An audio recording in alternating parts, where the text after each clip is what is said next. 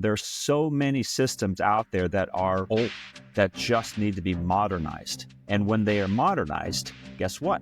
You can protect them. You can then start to make really profound and really fast steps to achieve cyber hygiene and cyber immunity benefits that come along with that. So this is not going to be a small endeavor.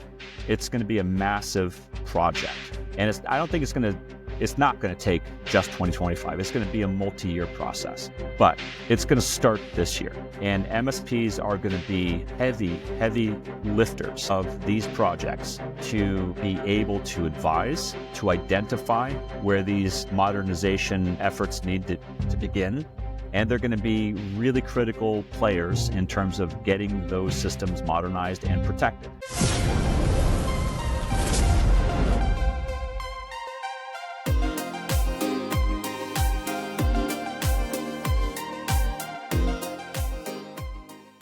Welcome to 2025, if you can believe it. It seems like yesterday that MSP Alliance was just starting out. We had 5 members, and it felt like an exciting and new endeavor, which of course it was. Managed services was still, it wasn't brand new, but it was still relatively new.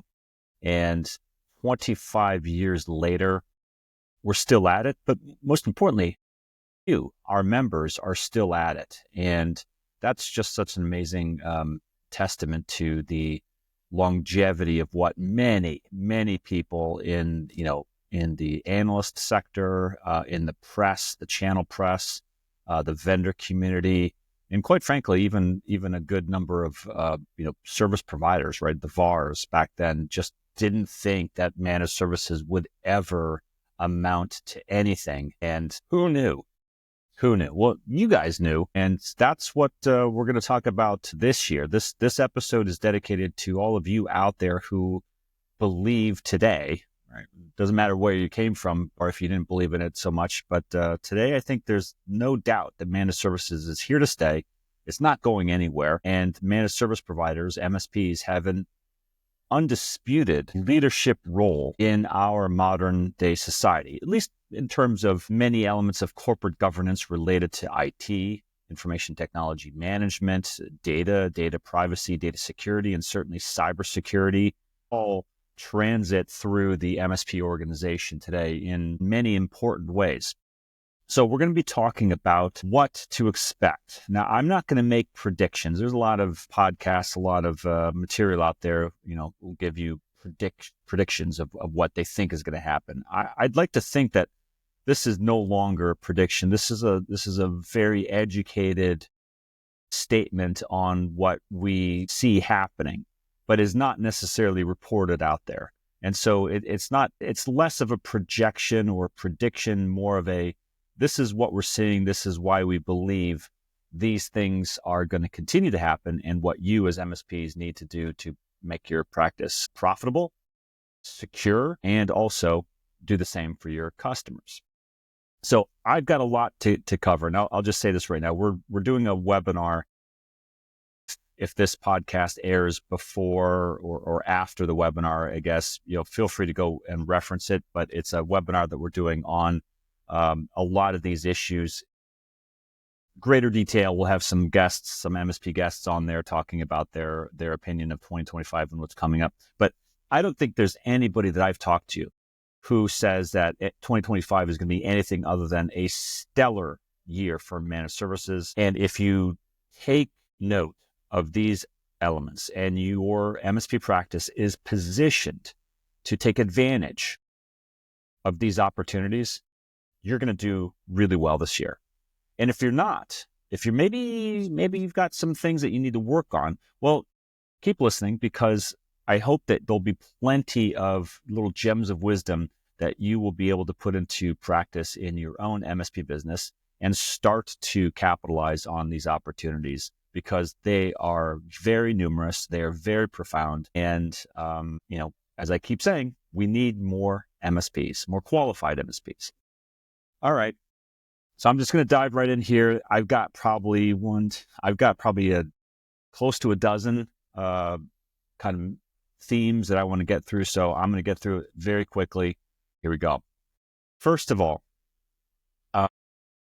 despite what you may be seeing in the stock market or hearing about, interest rates, are they going to go down? Or I don't think anyone thinks they're going to go up, but is the Fed going to stop their cutting of interest rates? Are they going to continue further? Is the stock market going to react positively or negatively? Are we going into a whatever? There's plenty of that going on. Put that out of your mind for a moment and just think about this. At least according to Gartner and Canalys, two, I think, fairly respected analyst firms that cover the IT space, IT spending is going to continue to go up again in 2025. So according to Gartner, I think their most recent numbers, check me on this, is at least 9.3% growth for 2025. That's a total of $5.74 trillion projected to be spent in global IT this year. Now, for managed services, again, you're going to have to go, and each of these firms does it a little bit differently. I think Canalys is saying that they're looking at an 8.3 growth in IT spending worldwide, which accounts for about 5.44 trillion, according to Canalys. 5.4 trillion, 5.7 trillion, they're kind of in the same ballpark, 9% growth, 8% growth. You get where they're all heading. It's going to increase. That alone, and if you have to dig, at least in Gartner's numbers, if you look at Gartner's numbers and you look at IT services specifically, that's the area of growth that you want to look at for managed service providers. That's where the dominant bucket of revenue is going to be spent if you're a practicing MSP, or if you're a company that sells to MSPs. That's the biggest bucket that you want to be considering. So if you're worried about the economy, don't worry about it, at least as it pertains to your MSP practice, because we've got a ton of work to do. And I'm starting off with IT spending because it relates to other areas of public policy shift that I think are going to be incredibly important this year for MSPs and their customers in a number of different sectors, where IT spending is going to have to occur in order to achieve certain critical national infrastructure goals. I'm going to tease a little bit of that because that's going to be explained a little bit more later on. We're going to go very deep into that in our webinar. But IT spending is solid. It's looking really good for 2025. Make sure that you're ready to capture that and ready to act on it. Second point, MSPs have to remove reactive customers. Let this be the year that break fix finally dies. And I know that break fix has been kept on life support probably longer than it should have, just because there are well-intended MSPs who have a majority of their customers who are managed services customers. They're doing what they should be doing, but there's holdouts. There's always a holdout. I get that. But there are companies that the MSP just doesn't want to jettison. They don't want to fire that client because the client's been with them forever. There's some personal history there. I don't know. I've heard so many stories. That's not enough anymore. I'm sorry. I don't care how long you've been friends with a break fix client. I don't care how long they have been, quote unquote, loyal to you. The time has come, and that time is 2025, where break fix or reactive IT services has to be called out for what it is, which is reckless, dangerous, risky, both to the customer and to the provider, and it serves no legitimate purpose anymore. And I'm not talking about project work, right? I'm not talking about that, because MSPs do project work all the time. I'm talking about customers and their providers who have this kind of twisted relationship of, hey, I don't want to go on your managed services plan, but I want to keep paying you for a bucket of hours every month, and you're just going to fix stuff when it breaks. I've talked to a lot of companies who delude themselves into thinking that that's a managed services plan, that that's recurring revenue. It's recurring because they keep refilling their bucket every month, but it's not proactive. And if you listen to this channel, if you've read or followed MSP Alliance for any appreciable amount of time, you know what our definition of managed services is. And it's not, are you getting recurring revenue? That's a side benefit, a byproduct of a proactive managed services relationship with a customer and the MSP. So I keep talking about this every year, and I'm going to keep talking about it until the other things, the big public policy things we need to accomplish this year, the big national critical infrastructure threats and opportunities that exist are not going to ever be resolved as long as we have holdout, break-fix, reactive customers and providers who are willing to service them. So make this the year that you finally say, look, we're just going to put you on a managed services plan. If you don't like it, then go someplace else. But there's not that many other places, and that's the point. There shouldn't be that many safe ports in terms of break-fix, reactive IT services, because quite frankly, it's not safe.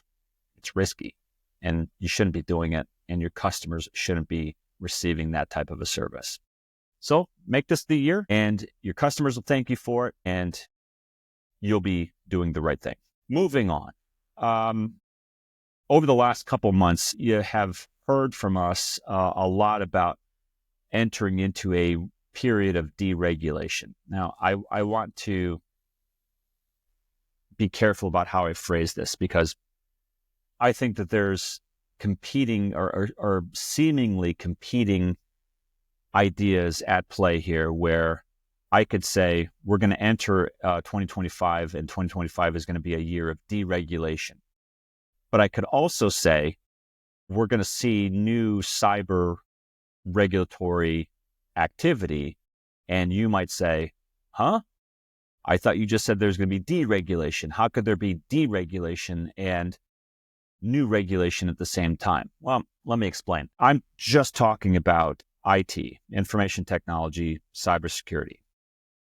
I think that there are clear areas of deregulation that need to take place. And I'll give you a good example, and that's the military, the defense industrial base here in the United States, the DIB. I think that across the board, any regulatory framework that decreases the number of providers doing the work, which effectively means competition, or put differently, any regulatory framework that really just makes regulation only obtainable by a very select few companies or providers is bad. And I think that that's where we're heading into, is a period of review that is going to look at those types of burdensome, costly, and therefore ineffective regulatory frameworks that are running counter to what public policy and public sentiment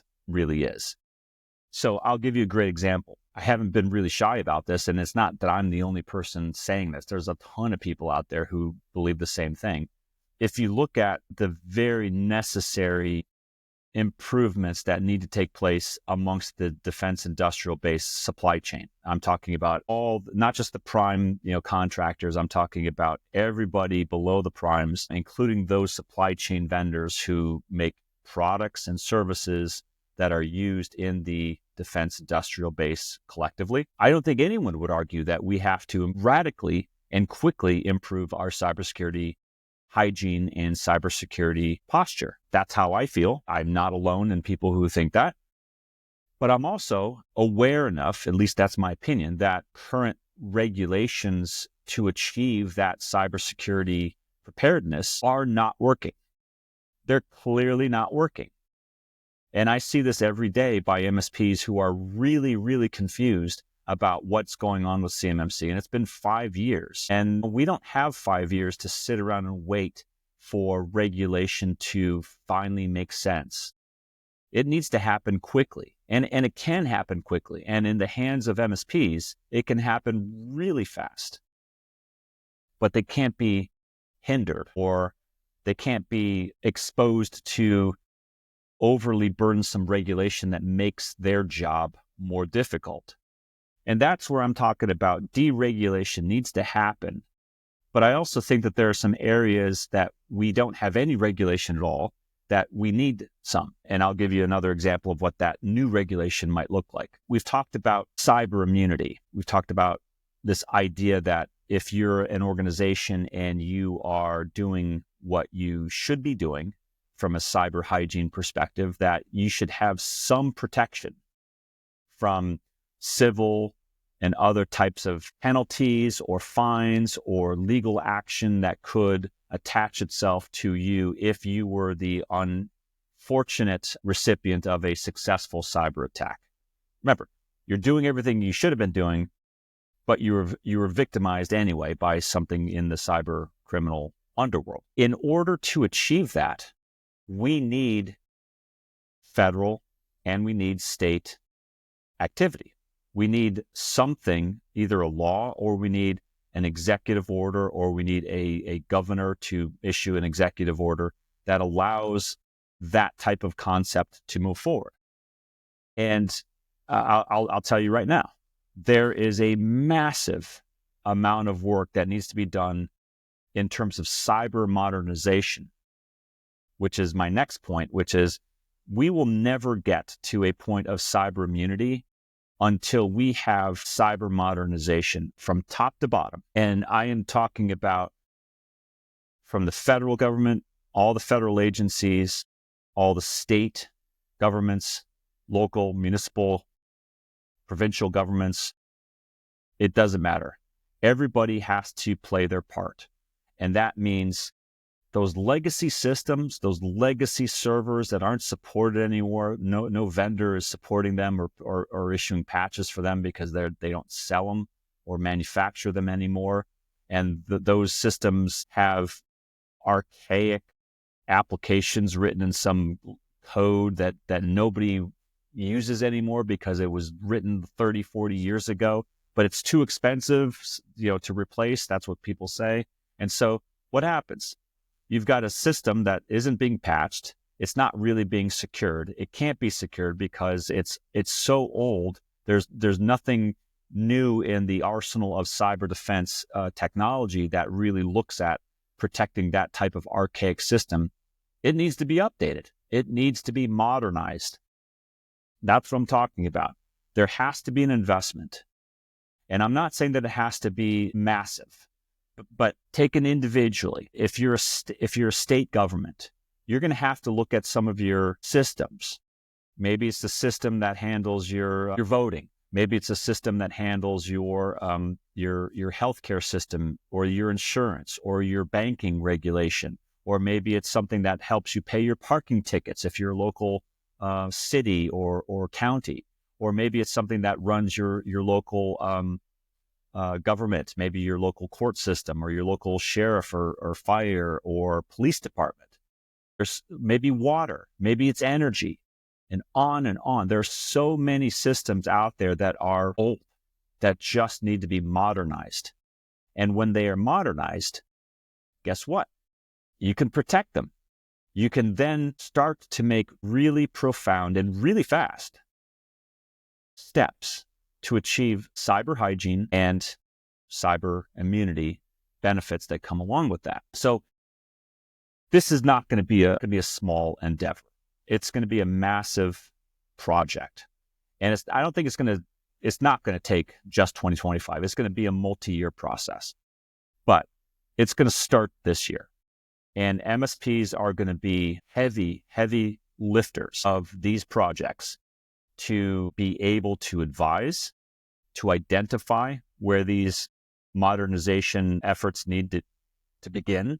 And they're going to be really critical players in terms of getting those systems modernized and protected. And so that's what I'm saying. If you're an MSP and you're dealing with all of this massive opportunity, and all you're doing is spending a good amount of your time dealing with break-fix reactive customers who just want to nickel and dime you, why?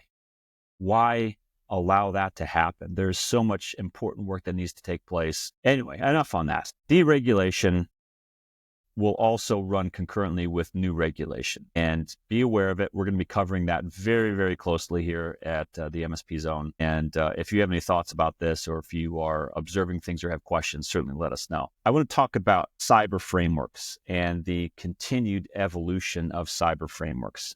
We have witnessed over the last several years a rather rapid evolution of countries across the world who have modernized, at a national level at least, some semblance of a national cyber framework, right? In Australia, you have the Essential 8. In the UK, you have UK Cyber Essentials. In the United States, you have NIST as a general control framework, and on and on and on. Most of the major countries have them, and if they didn't create them out of whole cloth, then they may have borrowed from other frameworks like ISO, etc. Our own framework, right, the Unified Certification Standard, the UCS for MSPs and cloud providers, is also modernized, right? We went through a massive modernization effort last year, and we now have what I think is a razor sharp standard for MSPs that we further took the effort to create 5 practice domains. So 5 MSP practice domains that will help our efforts to map our standard to all the other relevant accepted frameworks around the globe that MSPs interact with on a regular basis. And so our ability to continue to lead the MSP profession worldwide and to create standards and enforce standards that will make MSPs better, more efficient, more scalable, more secure, and by extension, help those MSPs communicate with other frameworks that they have to answer to or at least be aware of. That is very much something that we are going to continue to work on and to evolve on a very nimble, agile basis. I think the one final note on cyber frameworks is I think that the evolution of cyber frameworks is going hand in hand with new laws, new regulations around cyber that, different countries are certainly taking a very different stance on regulation. And, there are countries that are in a regulatory ascendancy, right, on the increase, and there are countries that are on a regulatory descent, which is, getting rid of regulation. I think that we're going to be, as I said before, certainly looking to establish regulations that help, at least in the United States, help federal and state public sector entities and the private sector community along with it understand what's at stake and understand where the path is towards modernization and cyber hygiene.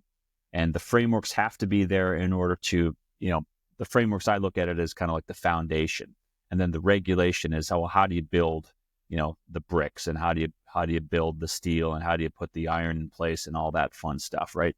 But it's the cyber framework at the core which provides the foundation. And so this is going to get into our efforts for MSPs to get certified, to become compliant this year, because if you're not, all this other stuff, all the cyber modernization, cyber immunity, the IT spending is going to be really increasingly difficult for you to capture as a non-compliant, non-certified, what's the right term? If you don't speak the language of IT controls and understand compliance, then it's going to be really challenging for you to be relevant in this world moving into 2025. I'd like to talk about MSP risk this year because I think as all this cyber modernization, IT modernization leading to cyber immunity really impacts the end user. Everything starts with the MSP, and MSP risk has to be addressed. Now, I think MSPs have done a fantastic job for many, many years in staying on top of what the threats are and being aware of those and taking proactive measures to prevent risk from entering their MSP practice.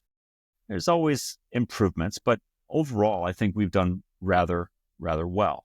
Quick side note that I think that there's a lot of wannabe MSPs who, I probably and others probably would say are not real MSPs, but they think they're an MSP.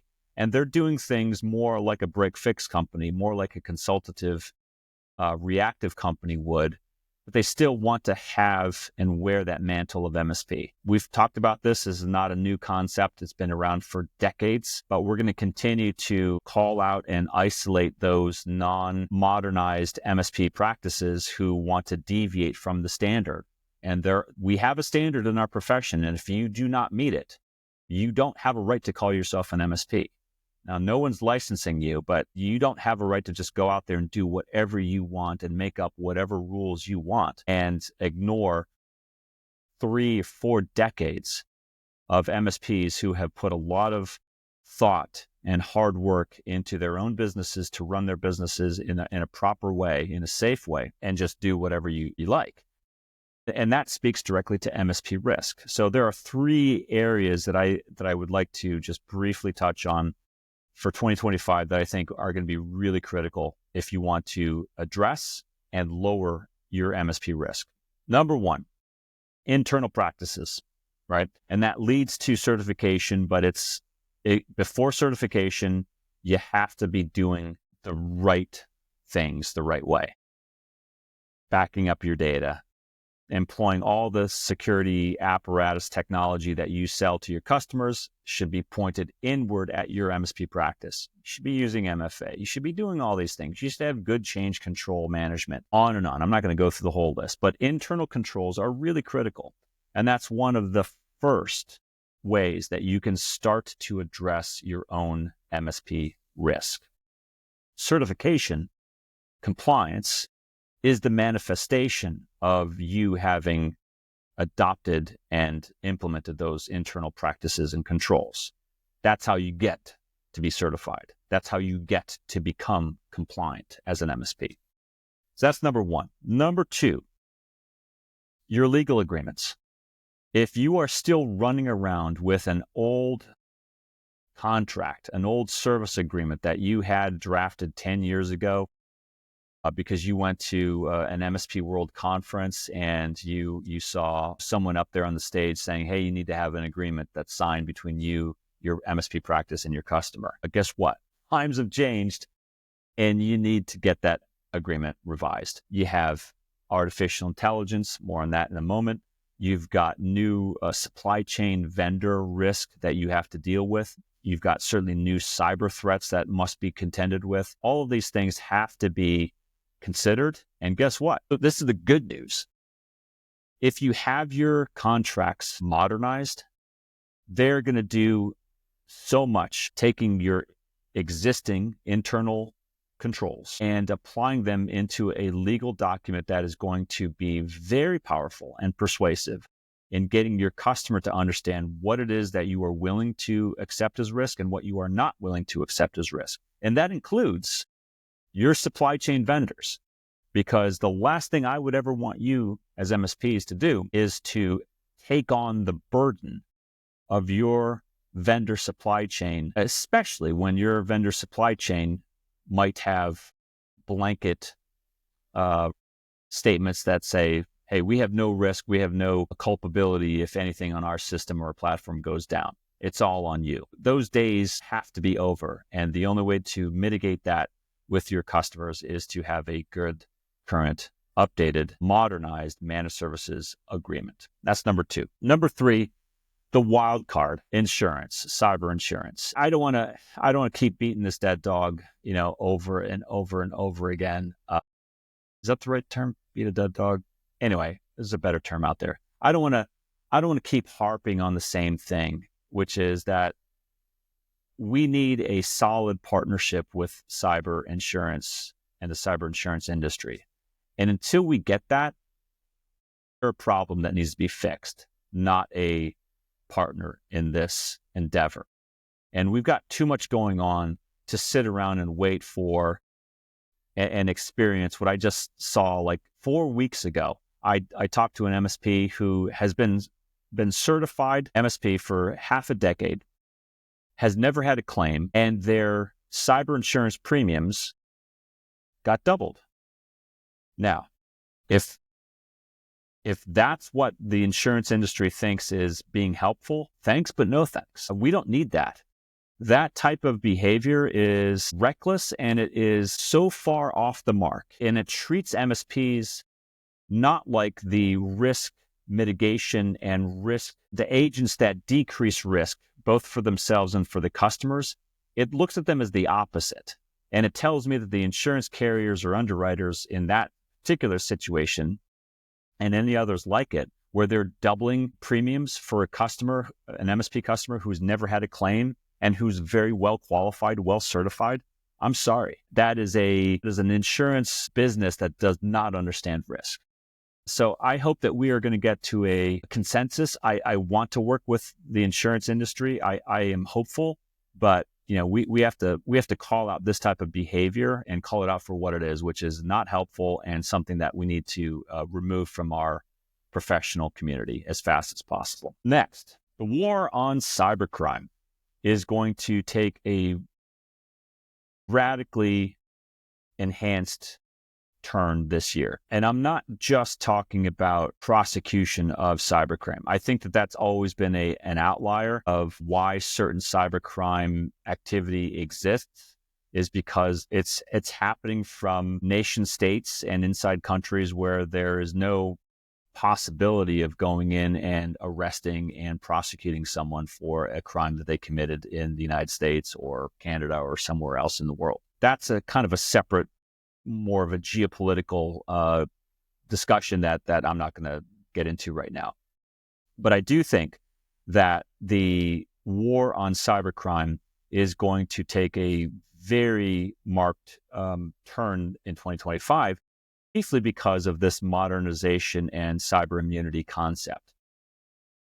The powers that be that we've talked to here at MSP Alliance, in the federal government, at the state government level, and at the regulatory agencies, all recognize what the threats are. And I would like to think that 2025 is going to be the year that the political class finally wakes up and realizes that without the private sector frontline MSP core, that war on cybercrime is not going to do anything. It's not going to go anywhere.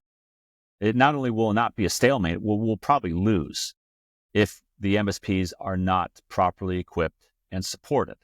And so the war against cybercrime can only be won when we start to do very effective cyber modernization, put in place good policies like cyber immunity, and let the MSPs do what they were born to do. I'm hopeful, cautiously optimistic, you might want to say, for 2025, and seeing some movement on that front, but we'll see, and we'll report on it one way or the other. All right, turning to some more fun stuff, more internal MSP kind of concepts. If you're not automating, if you are not modernizing your service delivery stack and service engine with automation, whether it's bots, whether it's machine learning, whether it's AI, I don't care what it is, you have to be looking at modernization through automation, or you're going to get left behind as an MSP. No ifs, ands, or buts about it. Automation is critical.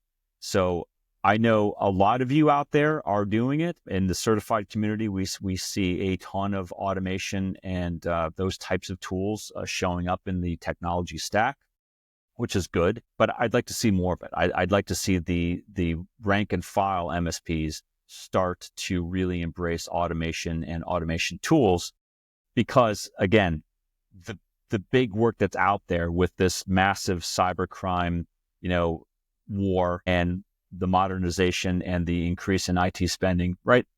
That's all going to be useless to you if you can't keep up. And the way you keep up, the way you start to keep up this year, is automation. Moving on, a very, very brief note on certification. The certification and compliance idea really goes to and speaks to the notion of communication and transparency, which, although I'm an avowed fan of this deregulation review that we're going to go into, it doesn't mean that we can't and shouldn't have transparency, particularly amongst the cybersecurity frontline defense.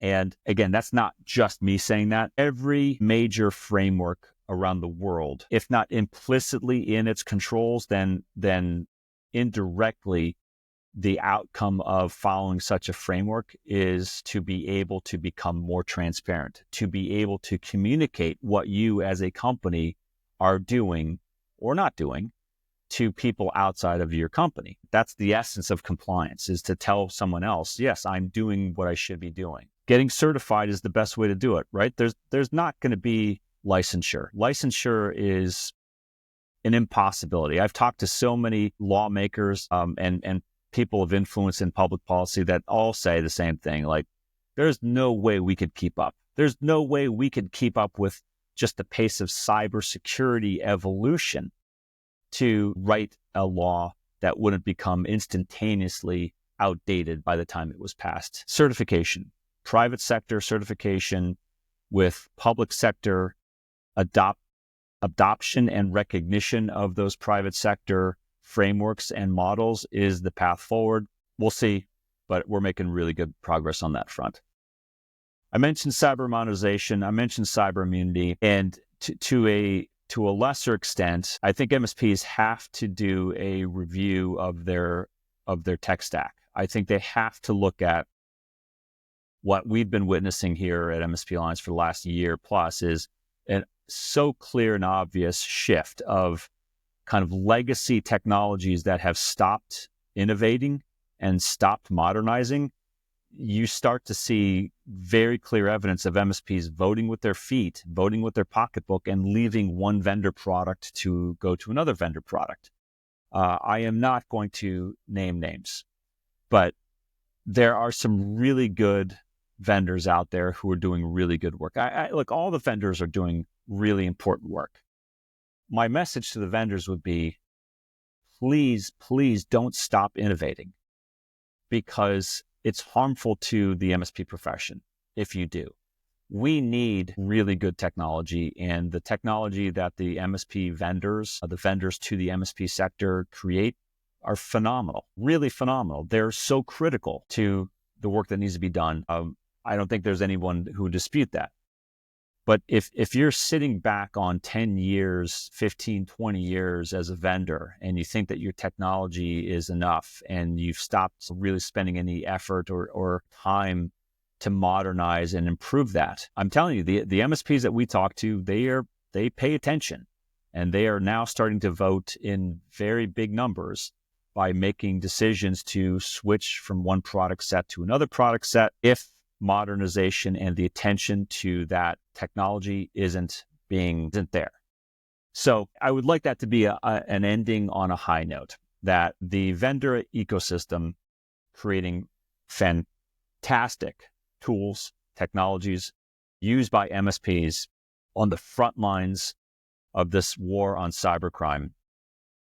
It's winnable.